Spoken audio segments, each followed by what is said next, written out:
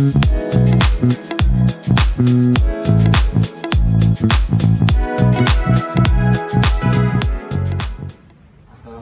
warahmatullahi wabarakatuh. Halo teman-teman. Di sini kita akan ngobrol santai tentang seputar pesantren modern ya, Kak. Iya. Nah, di sini ada tamu dari Samarang. Nah, dari Samarang jauh-jauh ke sini untuk ngebahas tentang pesantren modern ini. Dan di sini saya ada Alif Derenrai sebagai host dan narasumber. Nama? Iqbal Fahrurijal. Nah, Bapak Pesantren. Mungkin saya akan langsung bertanya saja ya, Kak. Iya, boleh. Pertanyaannya itu adalah bagaimana pesantren dulu versus pesantren sekarang dalam perubahan sistem pendidikan, metode belajar dan kehidupan santri dari masa ke masa gitu. Ya, menurut saya jadi nggak ada bedanya sih kalau sekarang kalau sama yang dulu, tapi emang lebih ke mengikuti itu. Jadi perbedaannya emang mengikuti ke zaman sekarang yang dulu belum ada program, belum ada, iyalah ngaji seperti biasa gitu kan, belajar pendidikan juga seperti biasa, yang penting belajar gitu, tapi emang lebih terpadu ke adab dan akhlak. Tapi kan seiringnya berjalan kita tuh kan harus bisa memisahkan gitu diri kita mengikuti zaman, karena kalau kata logikanya ya gitu, kenapa sih gitu kalau pembelajarannya ribet tapi sekarang ada teknologi, kenapa gak dipakai aja gitu ya kan, ya kan, benar kan. Jadi perbedaannya itu dari Iya. tadinya dari buku, sekarang dari ya seperti biasa, seperti laptop, handphone ya gitulah, bisa juga kan dari pengupdatean kan, dulu buku ya, sekarang bukunya udah bisa nggak bisa apa tuh, dulu pakai buku harus beli gitu semua ya kan. Kita zaman sekarang kan teknologi, bisa buka di HP bukunya gitu, itulah kan. Tapi kalau misalnya kalau ingin mencatat Ya mungkin kalau itu juga ya, kalau di pesantren ya kalau mencatat ya belajar mencatat, yang kalau belajar pakai buku atau ya pakai buku lah, kayak ada kalau di sekolah pakai Chromebook gitu ya enggak sih kan, karena kalau di pesantren saya itu kan jadi modern. Jadi modern tuh itu teh sistemnya gitu yang modern tuh, tapi pembelajarannya mah itu masih seperti lama gitu, seperti salapi lah kalau gitu. Jadi nilai-nilai dulu tuh masih ditetapkan gitu, nggak dihilangkan gitu. Jadi yang berubah tuh sistemnya, pengolahannya gitu, bukan secara belajarnya gitu.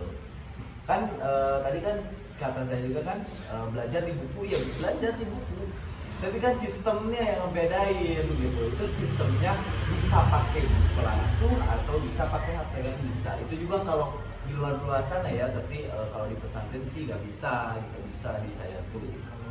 Mungkin ya pesantren modern itu mensempurnakan. Iya, mensempurnakan kan. Jadi yang dulu ribet tuh gitu, sekarang tuh gampang gitu.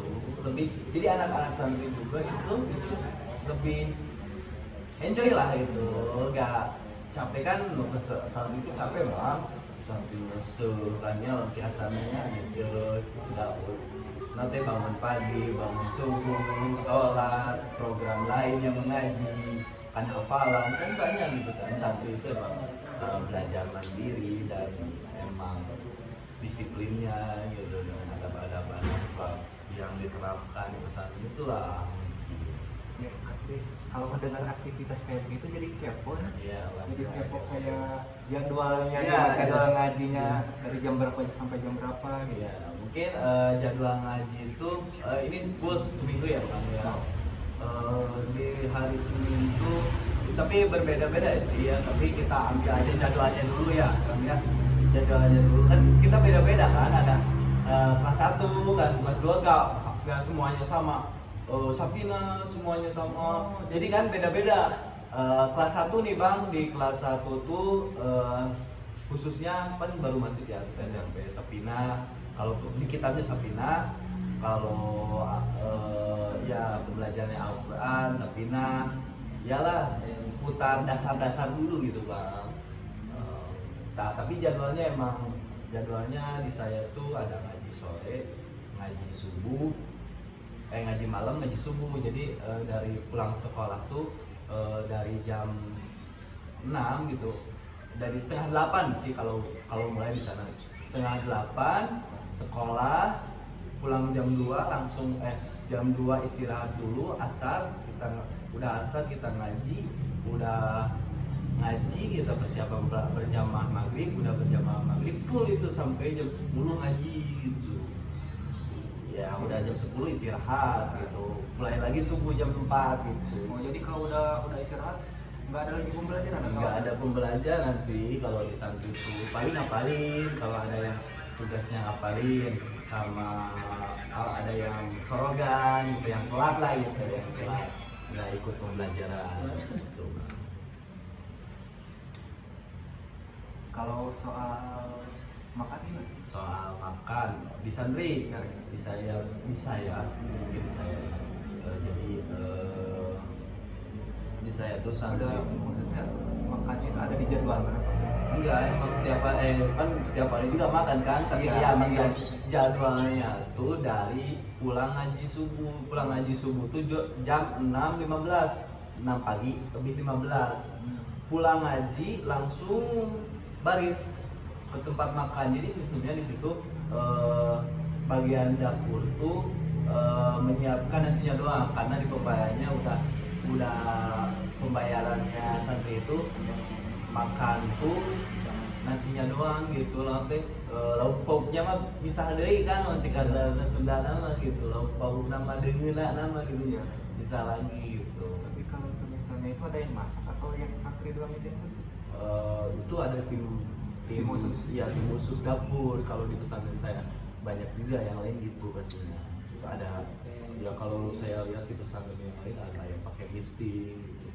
Jadi ya lihat di pesantren lain gitu ya, kalau di saya kan sistemnya mencek kasarna parasmanan lah gitu ya, parasmanan. Kalau itu kan lauknya dari santri. Ya, Lauknya itu beli di mana, di luar atau di dapur, masih di dapur. Jadi dapur tuh ada 2 tim, ada penyaji nasi, ada penyaji lauk pauknya ya dengenana lah mencek kasarna. Tapi itu beli kan? beli.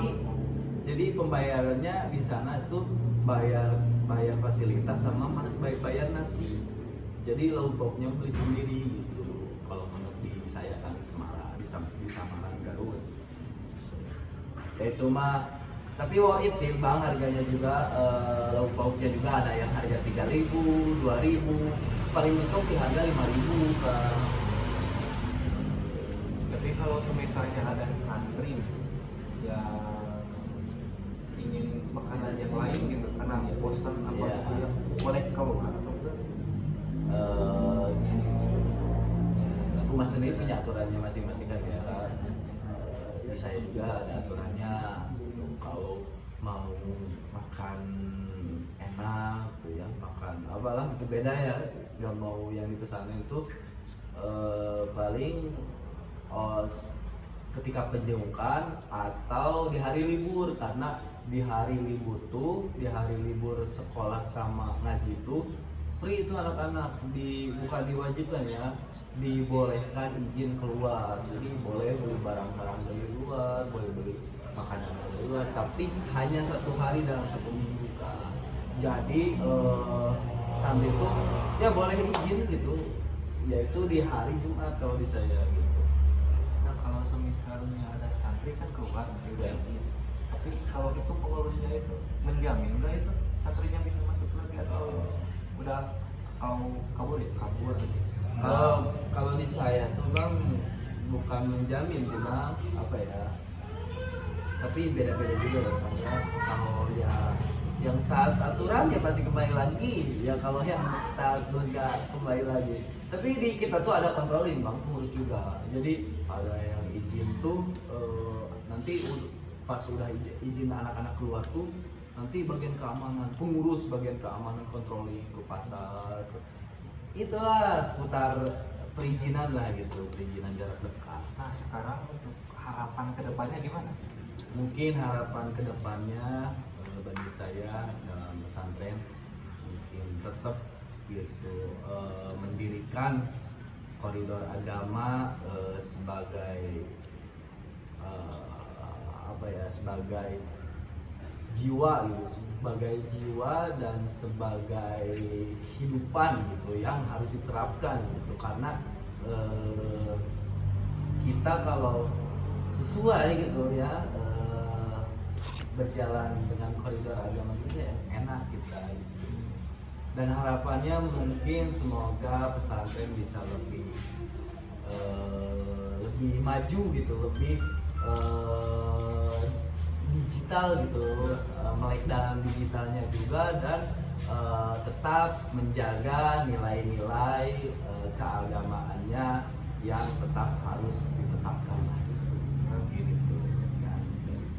Mungkin teman-teman segitu saja yang bisa disampaikan oleh saudara Iqbal ini, dan tidak apa ya, tidak, jangan lama-lama lah gitu, soalnya ini ada urusan lagi ya. Iya, iya kan. Saya makasih. ada urusannya lagi. Ini semoga bermanfaatkan ya. Atur nuhun ya. Ya, siap. Terima kasih sudah datang Iqbal. Iya. Maaf mengganggu aktivitas. Aman Kak. Begitu saya teman-teman. Waalaikumsalam warahmatullahi wabarakatuh.